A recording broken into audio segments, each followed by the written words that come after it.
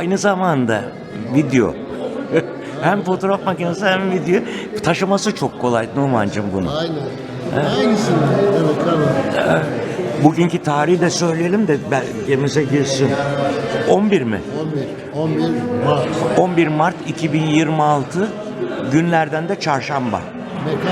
Mekanda Millet Bahçesi. Eski stadyum.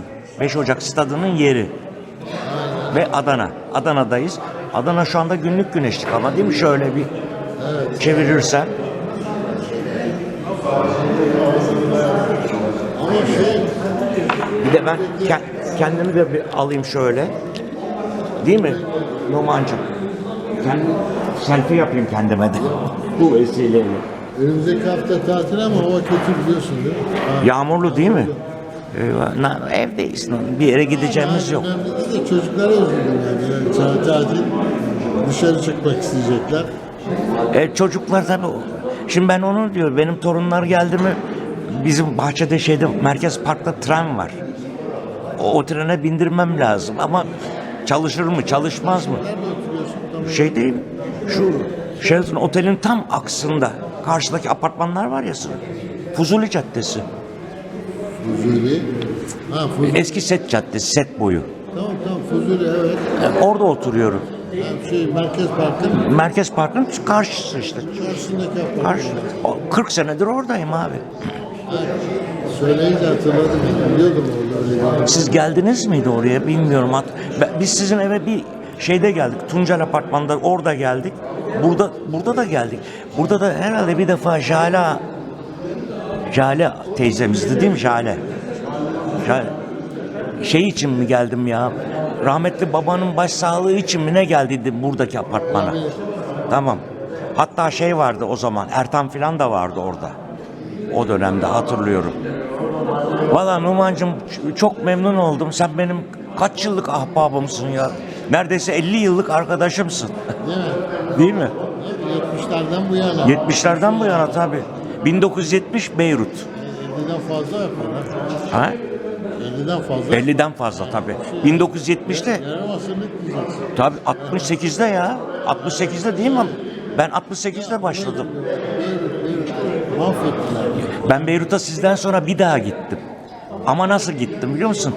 1970'te 2010'da gittim. Demek ki ne yapar? 40 sene sonra mı? Abi kaldığımız oteli buldum.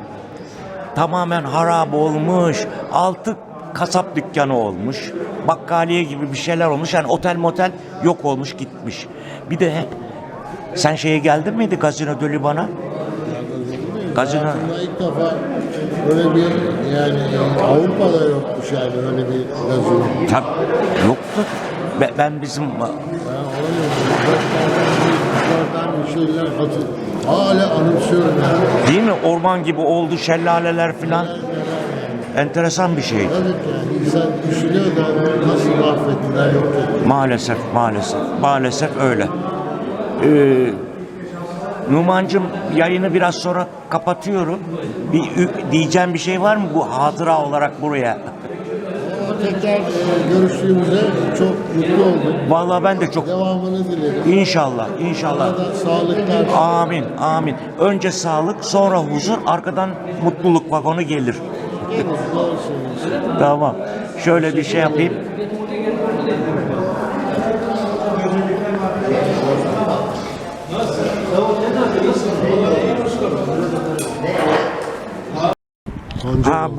Bugün çarşamba ve perşembe. Pancarya. Pancar değil mi? Doğru. Yiyor musun? Yani. Ayfer Hanım yapıyor, eksik olmasın salatalara falan Pancar. koyuyor. Numan'cığım ziyaretin için çok teşekkür ederim. Teşekkür Karşılaştığımız için çok memnun oldum. Hakikaten moral buldum. Yani senin gibi arkadaşlarımla Aynen. sohbet etmek istiyorum ya. Aynen. Yaşlandık artık ha. Haberin olsun. Ya şu yaşı kullanma. O zaman şöyle diyorum bak. Meslek 45, yaş 35 yola devam. Öyle hissetme ya. Boş ver. Güzel. Dur senden şöyle Yapamadığın kaç şey var? şöyle bir selfie de yapalım. Yapamadığın kaç şey var? Öyle düşün. Yani. Evet, doğru söylüyorsun. Yani evet. Önce sağlık abi. Birinci Evet, madde. Onun için rahat ol yani. Arkadan da Takma. huzurun olacak. O zaten 3. vagonumuz neydi? Mutluluk. O geliyor zaten arkadan. Doğru mu? Karnından aran iyiyse mutlusundur. Tamam. Tarihi de Nasıl tekrarlayalım bugün abicim. 11 miydi? 11 Mart 2026 günlerden de çarşamba. Aynen öyle. Evet abi doğru. Vay be günlerimiz gidiyor gidiyor. Hiç sorma. Kayıyor gidiyor zaman. Evet. Tamam. Zaman göreceli ya. Tamam. Ben bunun montajını yaparım. Sana linkini gönderirim. Sevinirim. Tamam. Şöyle bir alayım.